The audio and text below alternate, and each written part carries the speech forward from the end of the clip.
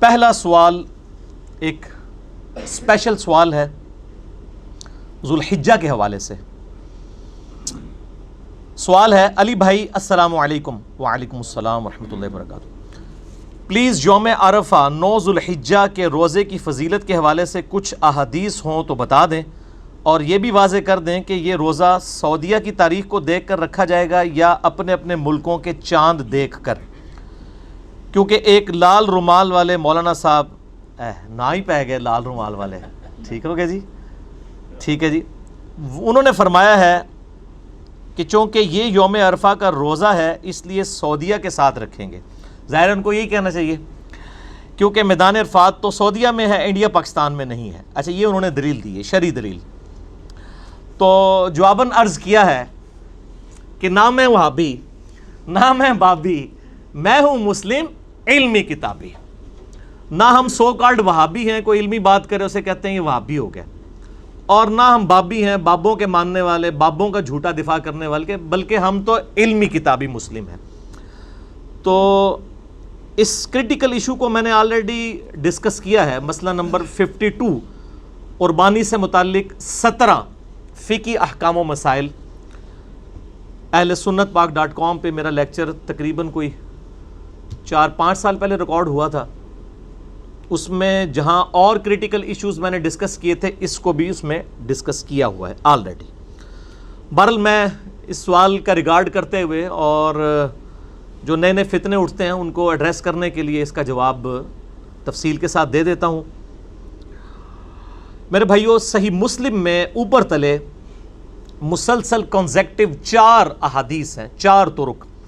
International number کے مطابق 2746 سے لے کر 2749 تک، اور فواد عبد الباقی کی جو ترقیم ہے اس کے مطابق 1162 ہے یہ. اور مشکات المصابیح میں بھی یہ حدیث موجود ہے جسے میں نے انسائکلوپیڈیا آف حدیث ڈکلیئر کیا ہے. اس میں انٹرنیشنل نمبرنگ ہے 2044. یہ مشکات ضرور ڈاؤن لوڈ کریں، 3 جلدیں ہیں 18 MB کی اہل سنت پاک.com سے. 6294 احادیث کا مجموعہ ہے، کوئی تکرار نہیں اس میں. بخاری، مسلم، ابو داؤد، ترمذی، نسائی، ابن ماجہ، اس کے علاوہ اہل سنت کی کئی کتابوں کے یہ نوٹس ہیں. آلموسٹ سمجھ لیں یہ آپ کے پاس انسائکلوپیڈیا ہے احادیث کا، اگر یہ آپ کے پاس آ جائے کتاب. شیخ زبیر علی زئی صاحب کی تحقیم اور تخریج کے ساتھ یہ فریلی اویلیبل ہے PDF کی فارم میں اہل سنت پاک.com پہ. اس میں بھی یہ حدیث موجود ہے صحیح مسلم کے ریفرنس سے. اس میں نمبر ہے 2044 کہ آپ صلی اللہ علیہ وآلہ وسلم نے فرمایا، مجھے یوم عرفہ کے روزے سے متعلق اللہ تعالیٰ سے امید ہے کہ وہ سابقہ اور آئندہ کے 1 سال کے گناہوں کو مٹا دے گا. یعنی 2 سال کے گناہوں کا کفارہ ہے، ایک گزرے ہوئے اور ایک آنے والے. 2 سال کے گناہوں کا کفارہ بن جائے گا یوم عرفہ کا روزہ. اور ظاہر ہے کہ نیکیاں گناہوں کا کفارہ بنتی ہیں، اس میں کوئی شک نہیں ہے. اس کو سپورٹیو قرآن حکیم کی وہ مشہور ترین آیت ہے، سورہ ہود کی آیت نمبر 114. اعوذ باللہ من الشیطان الرجیم، بسم اللہ الرحمن الرحیم. وَأَقِمِ الصَّلَاةَ طَرْفَيِ النَّهَارِ وَزُلُفًا مِّنَ اللَّيْلِ، اور نماز کو قائم رکھو دن کے دونوں سروں میں اور رات کے اوقات میں بھی. ان الحسنات یذہبن السیئات، بے شک نیکیاں گناہوں کو مٹا دیتی ہیں. ذالک ذکریٰ للذاکرین، اس میں ہے نصیحت حاصل کرنے والوں کے لیے. لیکن یہ یاد رکھیے گا کہ نیکیوں سے صرف صغیرہ چھوٹے گناہ معاف ہوتے ہیں، اور ہماری بدقسمتی ہے کہ اکثر گناہ بڑے ہی ہیں. جھوٹ، چغلی، گالی، زنا، شراب نوشی، ماں باپ کی نافرمانی، قتل. آلموسٹ آپ مشکات ہی میں پہلی جلد میں آپ کو گناہ کبیرہ کے بیان میں تقریباً 20-22 کے قریب کبیرہ گناہوں کا بیان مل جائے گا. مسئلہ نمبر 18 میرا ریکارڈڈ موجود ہے، اس حوالے سے آپ دیکھ سکتے ہیں. تو یہ کبیرہ گناہ جو ہے نا جی، وہ صرف توبہ سے، اور ایسی توبہ جس کے بعد آپ اصلاح کر لیں، اس سے معاف ہوتے ہیں. زبانی کلامی آپ جتنی مرضی نیکیاں کر لیں، جتنی مرضی نمازیں پڑھ لیں، جتنے مرضی آپ تسبیحات کر لیں، کبیرہ گناہ کبھی معاف نہیں ہوں گے. جب تک سچی توبہ کر کے آئندہ اپنے آپ کی اصلاح نہ کر لی جائے. اور اس کی سپورٹ میں حدیث ہے صحیح مسلم میں انٹرنیشنل نمبر کے مطابق 550 سے 552 تک 3 طرق ہیں. مشکات میں بھی موجود ہے 564 نمبر کہ آپ صلی اللہ علیہ وآلہ وسلم نے فرمایا اگر بڑے بڑے گناہوں سے بچا جائے تو ایک نماز سے دوسری نماز درمیان کے گناہوں کا کفارہ بن جاتی ہے. ایک جمعے سے دوسرا جمعہ درمیان کے گناہوں کا کفارہ بن جاتے ہیں، اور ایک رمضان سے دوسرا رمضان درمیان کے گناہوں کا کفارہ بن جاتے ہیں اگر بڑے بڑے گناہوں سے بچا جائے. اب یہ نہیں کوئی ایک جمعہ پڑھے پھر اگلا پڑھ لے، بیچ کی ساری نمازیں معاف، نہیں. نماز چھوڑنا خود گناہ کبیرہ ہے، حتیٰ کہ صحیح مسلم میں حدیث ہے انٹرنیشنل نمبر کے مطابق 246 کہ بندے کے کفر اور اسلام کے درمیان فرق کی نماز ہے. تو نماز چھوڑنے سے بڑا کون سا کبیرہ گناہ ہو سکتا ہے؟ تو جس نے نماز چھوڑ دی اس نے کبیرہ گناہ کر لیا.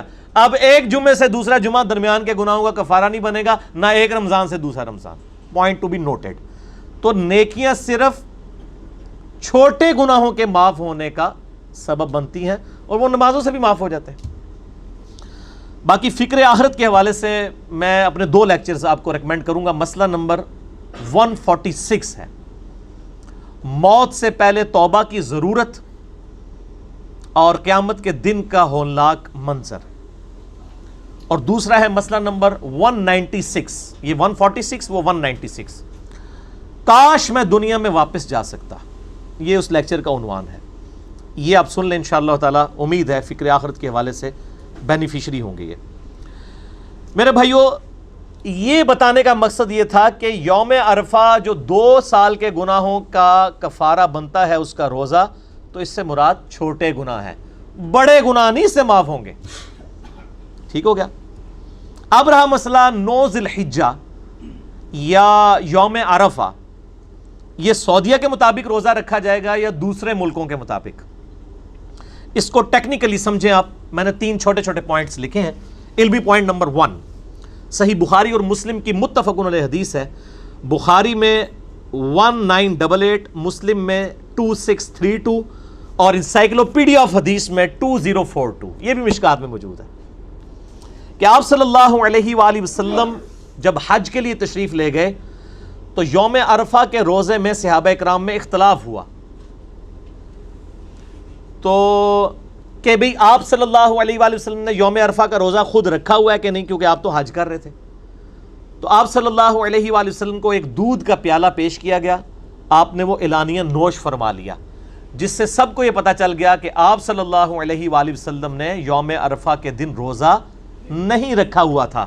لہٰذا بخاری اور مسلم کی اس حدیث سے یہ ٹروتھ ریویل ہوا کہ یوم عرفہ کا روزہ ہے ہی ان لوگوں کے لیے ہے جو حج نہیں کر رہے. جو ہم جیسے غریب لوگ دور بیٹھے ہوئے ہیں یہ ہے ہی ان کے لیے. ان سے تو آپ فیسلٹی نہ چھینیں.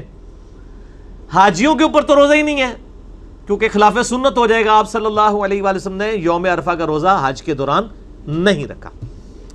علمی پوائنٹ نمبر 2، چونکہ یہ غیر حاجیوں کے لیے ہے اور غیر حاجی سے مراد صرف سعودیہ کے رہنے والے لوگ تو نہیں ہیں، پوری دنیا کے مسلمان ہیں.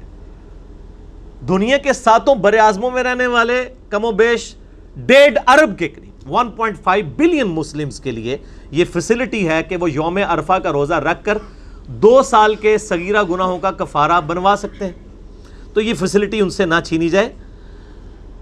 جسٹ لائک شب قدر، جو بخاری مسلم میں حدیث ہے کہ شب قدر کو رمضان کی آخری عشرے کی طاق راتوں میں تلاش کرو.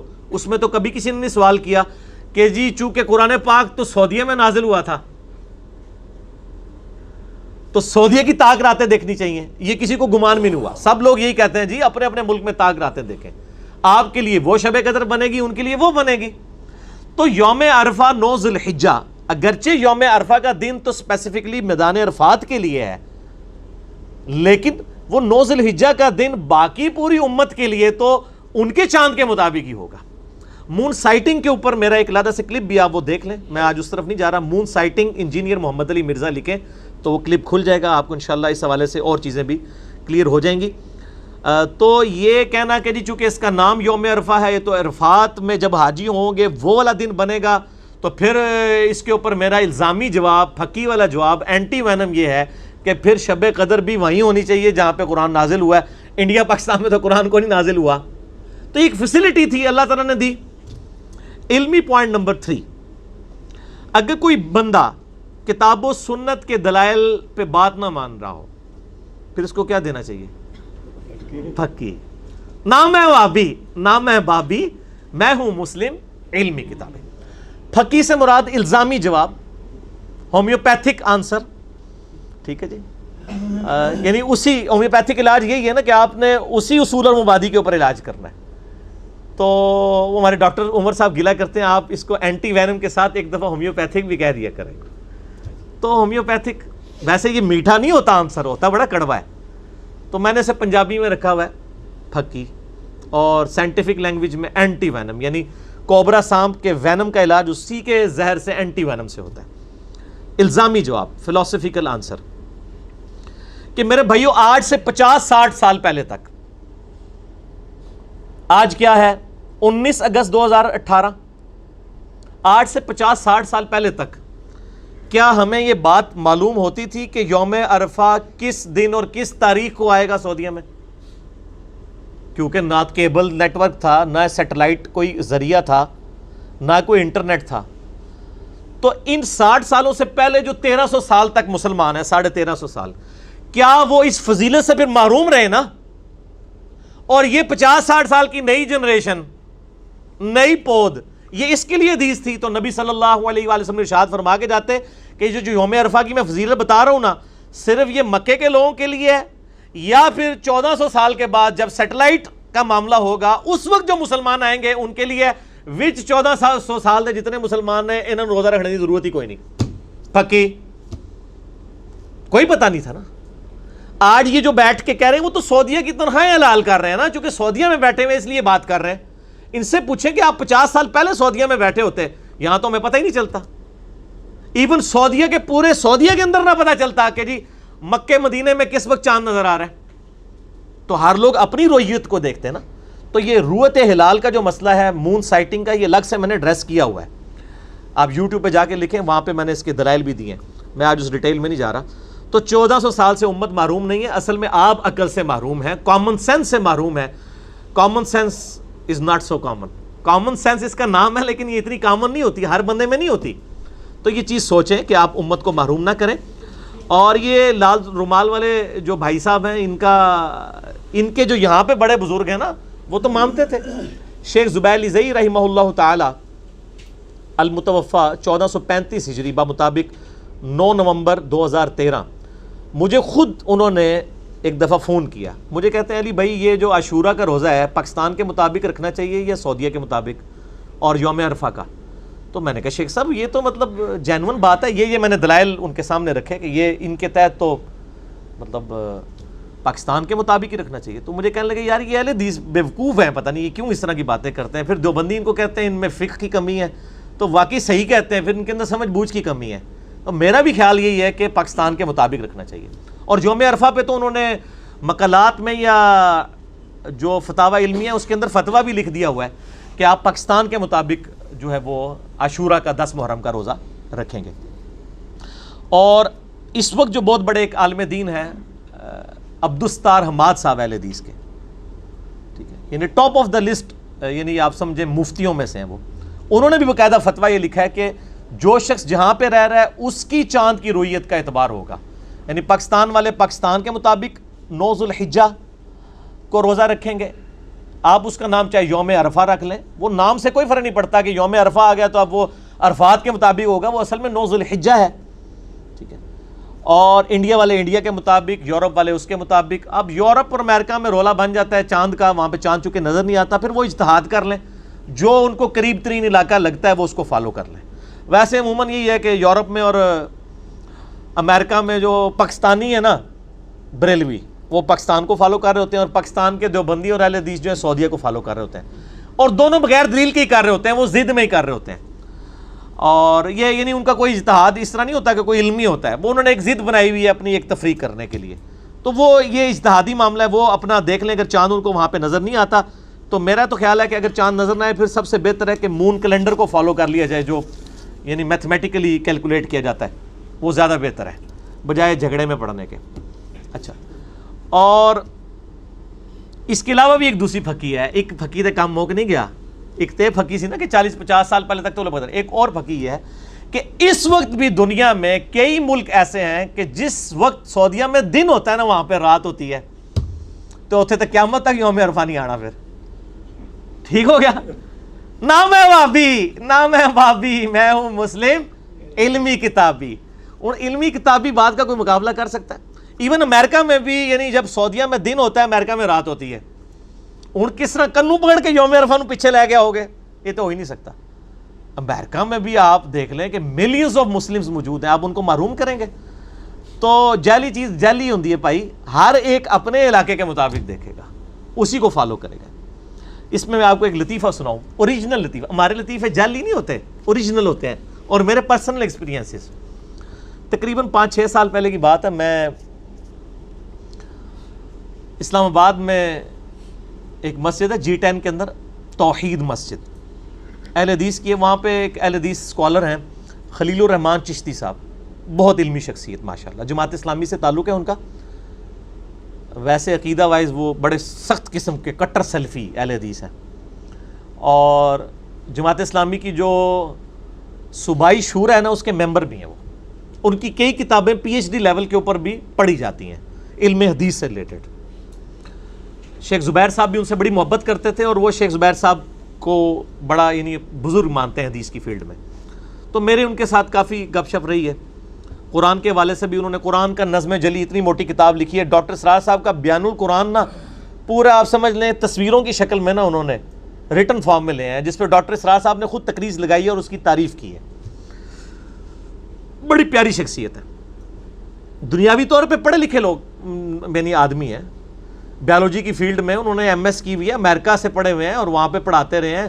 اور وہاں پہ پہلے انہوں نے تبلیغی جماعت میں بیٹھنے شروع ہوئے تو انہوں نے ان کو کہا یار مودودی ہے ایک گمراہ پاکستان میں نا، اس کو نہیں پڑھنا. کہتے ہیں میں مودودی کو جانتے ہی نہیں تھا.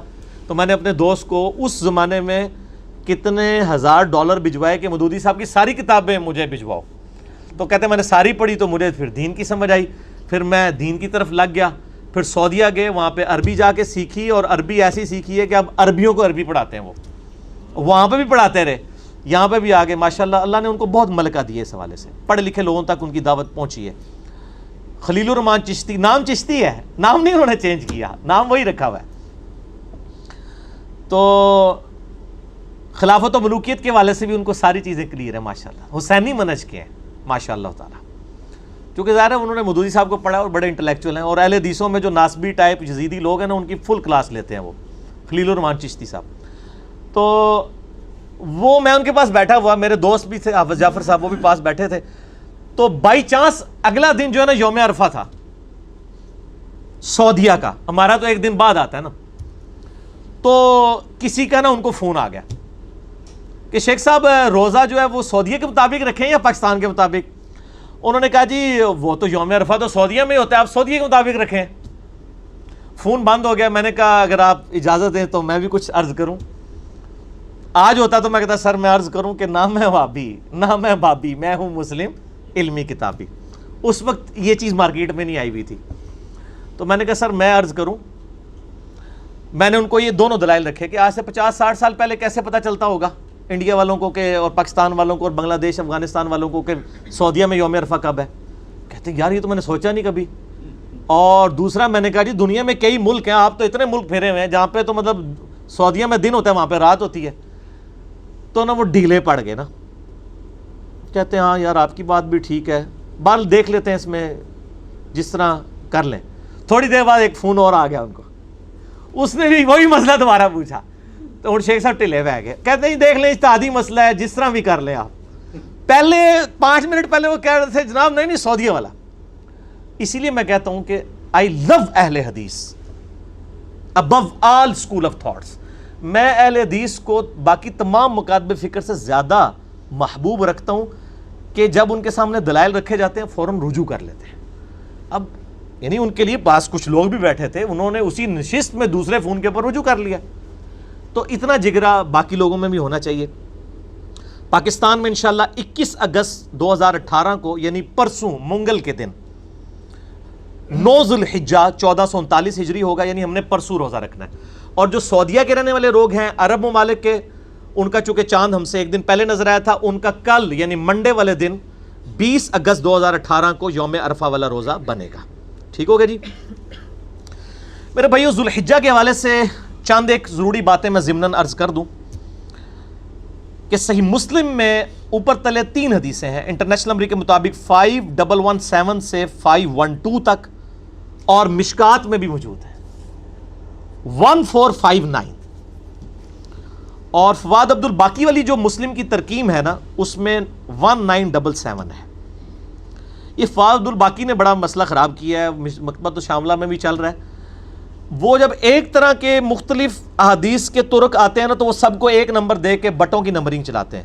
اب یہ دیکھ لیں آپ 7 طرق ہیں 5117 سے 5123 تک کانٹینیوس نمبرنگ میں، لیکن فواد عبد الباقی نے ان 7 کے ساتھ کو ایک ہی نمبر دیا 1977، اسی لیے اس صحیح مسلم میں ٹوٹل احادیث ہیں 3033 3033، اور جبکہ کانٹینیوس نمبرنگ والی جو دارالاسلام نے تو خیر دونوں چھاپ دی ہیں، جس کا پی ڈی ایف اور اسلام 360 میں کانٹینیوس نمبرنگ ہے 1 سے 7563 تک، وہ ٹوٹل احادیث اس میں 7563 ہیں، جس میں ریپیٹیشن کے نمبرنگ کو ایک کر دیا اس میں 3033 ہے۔ یہ میں نے آپ کو ضمن بتا دیا۔ اسلام 360 میں بھی آپ کو کانٹینیوس نمبرنگ ہی ملے گی، اور پی ڈی ایف بھی اسی پہ ہے 6 جلدوں والا۔ تو یہ جو حدیث ہے صحیح مسلم کی کہ آپ صلی اللہ علیہ وآلہ وسلم نے فرمایا، جو اس کا میں نے حوالہ دیا، کہ جب ذوالحجہ کا پہلا عشرہ شروع ہو اور تم میں سے کوئی شخص اس کو پائے، ذوالحجہ کا چاند دیکھے، اور وہ قربانی کا ارادہ رکھتا ہو، تو وہ قربانی ہونے تک اپنے بالوں اور ناخنوں کو نہ کٹوائے، نہ اپنی کھال سے کوئی چیز اتارے، کوئی بال ریموو نہیں کرنے، نہ کوئی داڑھی والا معاملہ، نہ مونچھوں والا معاملہ، اس لیے آپ دیکھ رہے ہیں میری مونچھیں بھی بڑی ہوئی ہیں، ٹھیک ہے، نہ ناخنوں والا معاملہ کرنا ہے، نہ زیر ناف بال کا، نہ بغلوں کے بال کا۔ یہ 10 دن کے لیے جو قربانی کا ارادہ رکھتا ہے جب تک قربانی نہ کر لے۔ سیدہ ام سلمہ ام المؤمنین رضی اللہ تعالی عنہا وسلام اللہ علیہا نے یہ روایت کی ہے۔ اسی کانٹیکسٹ میں ایک اور حدیث ہے جو تحفتاً آپ لے جائیں، سنن ابی داؤد میں 2789، سنن نسائی میں 4370، اور مشکات میں بھی ہے 1479۔ بھائی یہ مشکات کو پکڑ لیں، مسئلہ میرا ہے 111B مشکات کے مکمل تعارف پہ۔ میں نے بخاری مسلم کے تعارف پہ لیکچر نہیں دیا کیونکہ وہ سب کچھ اس میں کور ہے مشکات میں، اس میں نمبر ہے 1479۔ اور یہ حدیث امام حاکم نے بھی صحیح کہا، امام ذہبی نے بھی موافقت کی، امام ابن حبان نے بھی صحیح کہا، شیخ زبیر الزئی صاحب نے بھی صحیح کہا اس حدیث کو، کہ آپ صلی اللہ علیہ وآلہ وسلم نے فرمایا، مجھے حکم دیا گیا ہے کہ قربانی کے اس دن کو امت کے لیے عید قرار دے دوں۔ ایک صحابی نے عرض کیا، یا رسول اللہ صلی اللہ علیہ وآلہ وسلم، میرے پاس ایک دودھ دینے والی بکری ہے اور وہ بھی مجھے کسی نے گفٹ کی ہے، میں غریب ہوں خود، بس اس کا میں دودھ نہیں استعمال کرتا ہوں، تو کیا میں اسے اللہ کی راہ میں قربان کر دوں؟ اللہ اکبر، آپ جذبہ دیکھیں، ساڈے ورگا ہوتا نا تو پہلے ہی کنکلوڈ کر لینا میں تو غریب ہوں، ضرورت ہی کوئی نہیں۔ ہائے ہائے ہائے، یہی میرے بھائی پھر صحابی تو صحابی ہے نا۔ تو آپ صلی اللہ علیہ وآلہ وسلم نے فرمایا کہ تم اسے ذبح مت کرو، اسے ذبح مت کرو، تم عید کے دن اپنے بال، ناخن اور مونچھیں کاٹ لینا اور زیر ناف بال مونڈ لینا، اللہ کے ہاں تمہاری مکمل قربانی لکھی جائے گی۔ سبحان اللہ، یہ ہے اللہ تعالیٰ کی رحمت۔ اس میں امپلائیڈ ہے پھر کہ جس نے قربانی نہیں بھی کرنی نا، وہ بھی ان 10 دنوں کے اندر یہ بال صاف نہ کرے، ناخن نہ کٹوائے، اگر کٹوا بھی لیتا ہے تب بھی، اس میں چونکہ الفاظ اس طرح کی قید کوئی نہیں، میں اجتہاد کر رہا ہوں، تب بھی عید والے دن وہ یہ بال غیر ضروری صاف کرے اور ناخن کاٹ لے، اللہ تعالیٰ اس کو ایک قربانی کا ثواب انشاءاللہ تعالیٰ عطا کر دے گا۔ لیکن یہ یاد رکھیں یہ ساری چیزیں سنت ہیں، قربانی والے بندے کے لیے بھی یہ سنت ہے۔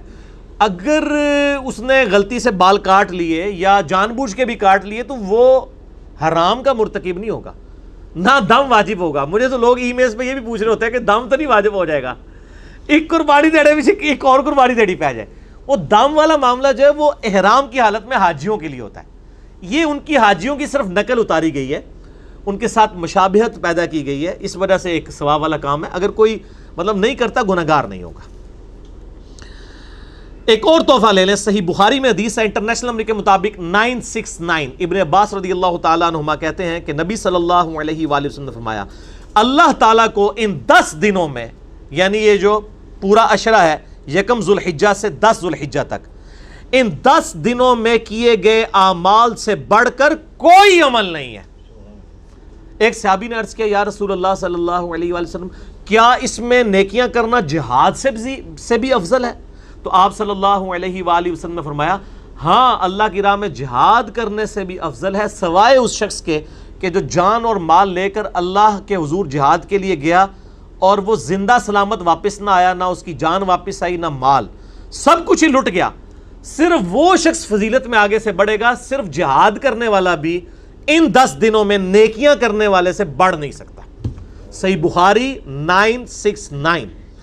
اور اسی حدیث کا ایک طریق جو ہے مسند احمد میں ہے، انٹرنیشنل نمبر کے مطابق 6154، مصنف ابن ابی شیبہ میں 13919، انٹرنیشنل نمبر کے مطابق ابن عمر سے، اس میں بھی یہ الفاظ ہیں، اس میں آگے الفاظ ہیں کہ ان دنوں میں اللہ تعالیٰ کی کثرت کے ساتھ تکبیر، تحلیل اور تحمید بیان کرو۔ تکبیر کہتے ہیں اللہ اکبر کہنے کو، تحلیل کسے کہتے ہیں لا الہ الا اللہ کو، اور تحمید حمد بیان کرنے کو الحمدللہ۔ اور یہ دیکھیں ہماری جو تکبیرات جس پہ سنی شیعہ سب کا، پوری امت کا اجماع ہے، جو عملی تواتر سے ٹرانسفر ہوئی ہیں، ان میں یہ تینوں چیزیں آتی ہیں، اللہ اکبر اللہ اکبر کیا ہو گیا تکبیر، لا الہ الا اللہ تحلیل، واللہ اکبر اللہ اکبر وللہ الحمد، تینوں چیزیں آ گئی نا۔ تو یہ تکبیرات اس میں بلند کرو، اور اس میں سنت ہے کہ آپ عید کے اوپر بھی میرا کلپ ہے، عید کی نماز کا طریقہ، اس میں نے ڈیٹیل سے بتایا کہ آپ نے بڑی عید کے لیے جب جانا ہے بلند آواز سے تکبیرات بلند کرتے ہوئے جائیں، اور چھوٹی عید کے لیے آہستہ آواز میں بالی تکبیرات بلند کی جائیں۔ اور یہ جو حدیث ہے بخاری کی 969، اس کی ہیڈنگ میں امام بخاری لے کے آئے ہیں کہ ابن عمر اور ابو ہریرہ رضی اللہ تعالی عنہما بازار میں ان 10 دنوں میں جاتے تھے اور بلند آواز سے تکبیرات پڑھتے تھے، اللہ اکبر لا الہ الا اللہ واللہ اکبر وللہ الحمد، تاکہ لوگ بھی یعنی تکبیرات پڑھیں، یعنی تکبیر ہی تکبیر ہر طرف بلند کی جاتی تھی۔ اور اسی ہیڈنگ میں امام بخاری 969 کے اوپر ہیڈنگ میں لے کے آئے۔ اچھا، اب یہ ہیڈنگ والا جو رولا ہے نا، یہ جو اسلام 360 اینڈرائڈ ایپ ہے نا، اس میں ہیڈنگ سکپ ہو گئی ہیں، اور میں نے ان کو بتا دیا، انشاءاللہ اس کو امپروو کر رہے ہیں۔ آپ پی ڈی ایف میں دیکھیں گے نا تو آپ کو امام بخاری کے باب کی ہیڈنگز تعلیقاً روایتیں مل جائیں گی، جن کی صحیح اسناد مصنف عبد الرزاق اور مصنف ابن ابی شیبہ میں بھی آپ کو، اور سنن کبریٰ البیہقی میں، یہ 3 مین کتابیں ہیں صحابہ کے آثار کی، جن میں آپ کو مل جائیں گی انشاءاللہ۔ تو امام بخاری لے کے آئے کہ امام محمد بن علی بن حسین، یہ نام ہے امام باقر کا جو امام جعفر کے والد تھے، امام محمد بن علی بن حسین بن علی، امام باقر کے بارے میں المتوفا 114 ہجری، کہ وہ نوافل کے بعد بھی تکبیرات کو بلند کیا کرتے تھے ان 10 دنوں میں، ان نماز پڑھنے کے بعد بھی، وہ سنتوں کے بعد بھی، ایک تو فرض کے بعد بھی کرنی ہے، وہ روایت بھی آ گئی ہے المصنف ابن ابی شیبہ میں، انٹرنیشنل نمبر کے مطابق 5631 ہے کہ مولا علی علیہ السلام رضی اللہ تعالیٰ عنہ، ان کے بارے میں آتا ہے کہ آپ رضی اللہ تعالیٰ عنہ 9 ذوالحجہ کی فجر سے لے کر 13 ذوالحجہ کی عصر تک ان تکبیرات کو بلند کیا کرتے تھے، جو ساری امت کرتی ہے۔ آپ دیکھتے ہیں نا کہ 9 ذوالحجہ، اور وہ یوم عرفہ سعودیہ والے کے مطابق نہیں کر رہے ہوتے ہیں، ہم اپنے مطابق کر رہے ہوتے ہیں، ہم نے یعنی وہ منگل والے دن صبح شروع کرنی ہے، اللہ اکبر لا الہ الا اللہ واللہ اکبر وللہ الحمد، کم از کم ایک دفعہ پڑھیں فرض کے بعد۔ اور امام باقر کے بارے میں آ رہا ہے، امام بخاری لے کے آئے کہ وہ نوافل اور سنتوں کے بعد بھی پڑھا کرتے تھے۔ اچھا، المصنف ابن ابی شیبہ میں آپ اگر تکبیرات والا چیپٹر نکالیں نا، جس سے میں نے یہ روایت مولا علی کی بیان کی، اس میں آپ کو 3 طرح کی تکبیرات ملیں گی، تینوں ہی سنت ہیں کیونکہ صحابہ اور تابعین سے ثابت ہیں۔ ایک تکبیر آپ کو یہ ملے گی کہ صحابہ کرام تکبیر بلند کرتے تھے، اللہ اکبر اللہ اکبر اللہ اکبر، صرف یہ بھی تکبیر بلند کر سکتے ہیں، یہ بھی عید کی تکبیرات ہیں۔ دوسری تکبیر جو مشہور ہے، اللہ اکبر لا الہ الا اللہ واللہ اکبر وللہ الحمد، اور تیسری تکبیر بھی ملتی ہے، اللہ اکبر کبیرہ والحمد للہ کثیرہ وسبحان اللہ بکرۃ واصیلا۔ اور یہ جو میں نے آخر میں دعا پڑھی ہے تو صحیح مسلم میں اس کی فضیلت آئی ہے کہ ابن عمر کہتے ہیں کہ ایک شخص نے نبی الاسلام کے پیچھے پڑھی تو آپ فرمایا اس کے لیے تو آسمان کے دروازے کھول دیے گئے، اور کہتے ہیں اس دن کے بعد میں نے اس دعا کو کبھی نہیں چھوڑا۔ تو وہ ثنا کے طور پہ پڑھنا بھی اسے سنت ہے، یعنی سبحانک اللہم و بحمدک جو ہم پڑھتے ہیں نا، اس کی جگہ بھی یہ پڑھ سکتے ہیں اللہ اکبر کبیرہ والحمد للہ کثیرہ وسبحان اللہ بکرۃ واصیلا۔ یہ واؤ کے بغیر بھی ثابت ہے، واؤ کے ساتھ بھی ہے، اللہ اکبر کبیرہ الحمد للہ کثیرہ سبحان اللہ بکرۃ واصیلا۔ واؤ کے ساتھ ذرا اس میں کنٹینیوشن آ جاتی ہے، تو یہ تینوں تکبیرات ثابت ہیں۔ آپ کوئی سی تکبیر بھی بلند کریں وہ تکبیر ہی شمار ہوگی، اللہ تعالیٰ کی بڑائی کا بیان ہوگا۔ اللہ تعالیٰ سے دعا ہے جو حق بات میں نے کہی اللہ تعالیٰ ہمارے دلوں میں راسخ فرمائے، اگر جذبات میں میرے منہ سے کوئی غلط بات نکل گئی اللہ تعالیٰ ہمارے دلوں سے محو کر دے، ہمیں کتاب و سنت کی تعلیمات پر عمل کر کے دوسرے بھائیوں تک پہنچانے کی توفیق عطا فرمائے۔ سبحانک اللہم و بحمدک اشہد ان لا الہ الا انت استغفرک و اتوب الیک وما علینا الا البلاغ المبین۔ جزاکم اللہ خیرا۔